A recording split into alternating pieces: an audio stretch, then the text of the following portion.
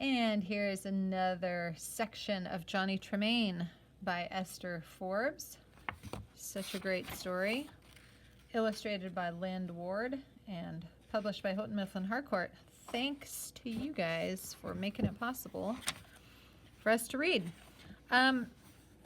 So the previous section, we are in chapter 11, Yankee Doodle. And the previous section, section 2, is really about the British soldiers getting into formation and the beginning of the war. Their march out to Lexington, the shots that were fired, actually that was section 1 and the previous chapter. So it's like the war has started. Johnny has an important role with communication. Paul Revere has done his Midnight Ride. And then Johnny is quite concerned about who was killed at Lexington in section 1. Of course, he's thinking about Rab, very worried. And then section 2, not a lot of super important information in this section, but more like character development. And Johnny runs into Madge, and of course she's married to Sergeant Gale, and he has to go off to war, and so she is sad and crying, and it's just really sweet. You know, he's kind of strutting around, and she's crying and sad that he has to go. So really it comes down to this huge collection of British soldiers, all in their fine uniforms and their muskets. Everything is brand new, and not an old gun among them. And the horses are all newly shoed, and it's a magnificent sight. But Johnny is just like, oh my gosh, what chance do the Yankees have against this Scarlet Dragon? He keeps referring to it as. So section 3, here we go. The hundreds gathered to see the departure of the brigade stood about, gazing at the empty space they had occupied. Far away, growing faint and fainter, came wafting back the last sound of the tune they played. A man, standing by Johnny with clenched hands and head thrust down and out like a bull's, said thickly, "They go out by Yankee Doodle, but they'll dance to it before night." Johnny saw a group of women, and they were nodding their heads, whispering a prophecy. "Before night they'll be dancing." This catchphrase was everywhere. It did not seem to have gone from mouth to mouth, but from mind to mind. Old Meeting struck 9. That's a clock. Earl Percy and his laggard brigade were gone. This day, this unreal day, in which Boston waited hour upon hour for news, any news, good or bad, was well begun. Suddenly people were saying, "Have you heard?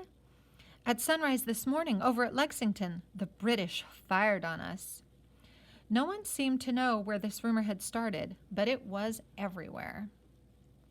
Although half of Gage's forces had left town for the battlefield, there were more officers than usual hanging about the streets and taverns, and their faces were so bland, and they reassured the people so glibly that not a shot had been fired, not a person killed, and begged all and sundry so smoothly to keep calm and go to their shops or their homes.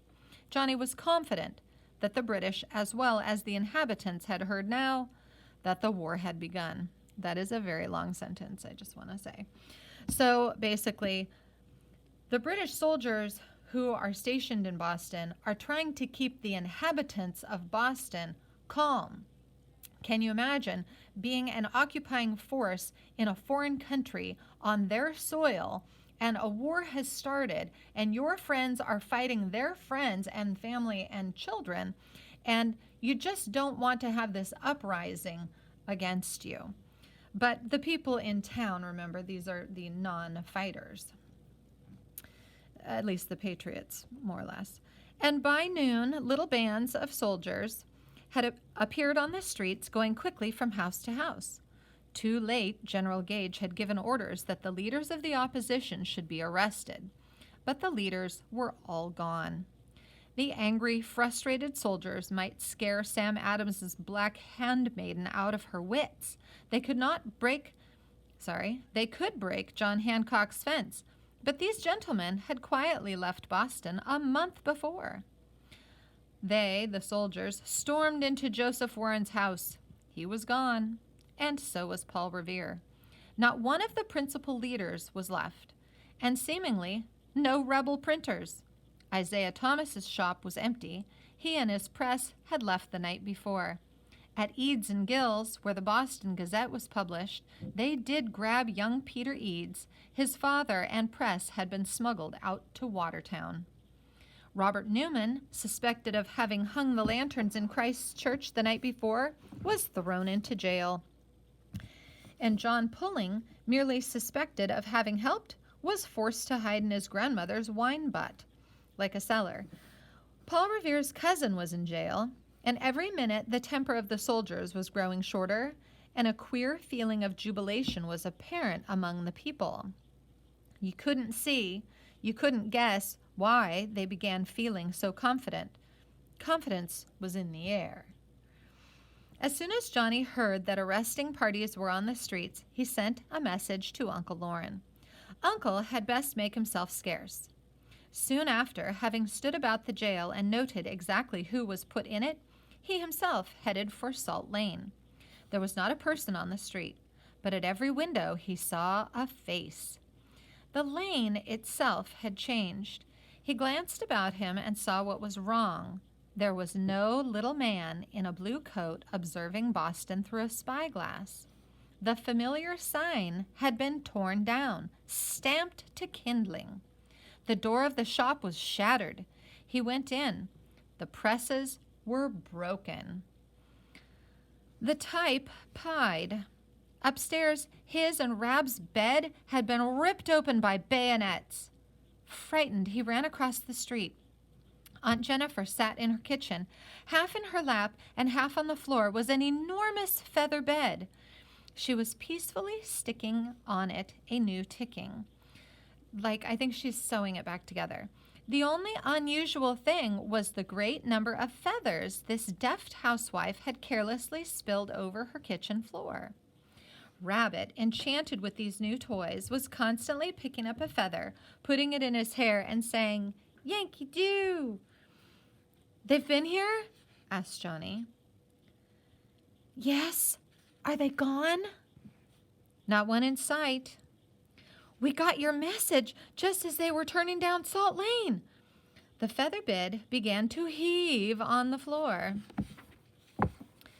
"You can come out now," Aunt Jennifer whispered to it. Out of the bottom rolled Uncle Loren, choked with feathers and looking more bird than human. Rabbit shrieked, "Da, da!" He evidently thought his father much improved.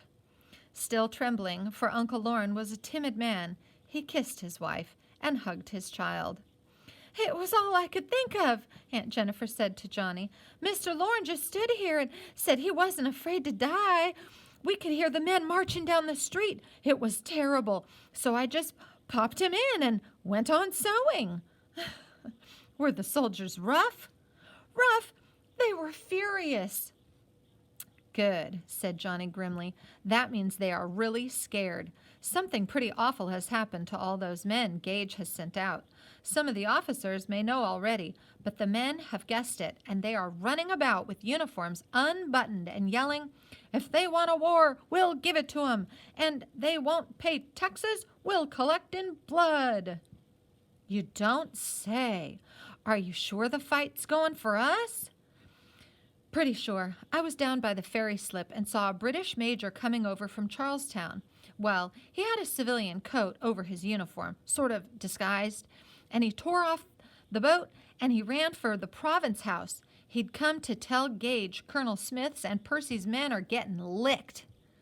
"Boy, you're jumping at conclusions." "Not I. I saw his face. It was just done in and tied up with disgust. His uniform was a mess. His feelings had been hurt. People who have been winning battles don't go around with faces like that, but British officers who have been beaten by peasants and yokels do." Oh, Johnny, I do like to hear you talk like that, but I'm not counting much on one man's face. Where are you off to? Beacon Hill. I have an idea that Major got back to Gage to tell him one thing. The British are going to try to get to Charlestown, just the way he did, and under protection of the Somerset's guns. They won't backtrack all the way they came. Too dangerous. If I've guessed it right, before long from Beacon Hill, we'll be able to see them, running, and our men after them. Johnny, here's half a mince pie for you. You're a real smart boy. Uncle Lorne came back from the bedroom where he, with Rabbit's help, had been picking off feathers. Even if they hang me, he said in a proud tremolo, I will feel I have not lived in vain. He was still pretty scared.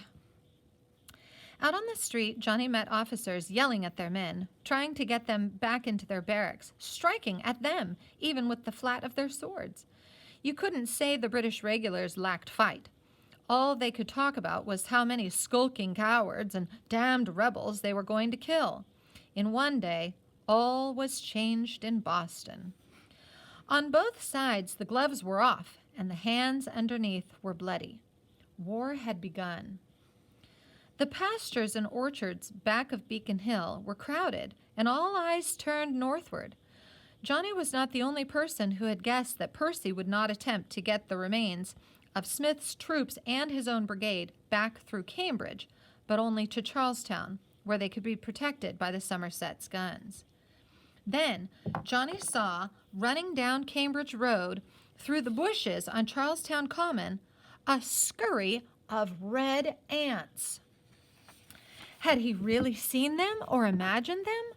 But all about him people were exclaiming, Look! There they are! Those red ants were British soldiers. To his left, the last moment of sunset light was dying. The day had been amazingly warm, but with night, a fresh breeze came up off the ocean. Lights began to glimmer in Charlestown and on warships. Seemingly, there was nothing more to be seen from Beacon Hill. Silently, people turned to go to their houses. Look! Johnny cried. You could see the flash of musket fire, too far away to be heard. Fireflies swarming. Hardly more than that. Ooh, it's very exciting. That's the end of section 3 and the end of this video. Click subscribe and come back again for Johnny Tremain and math videos. See you soon.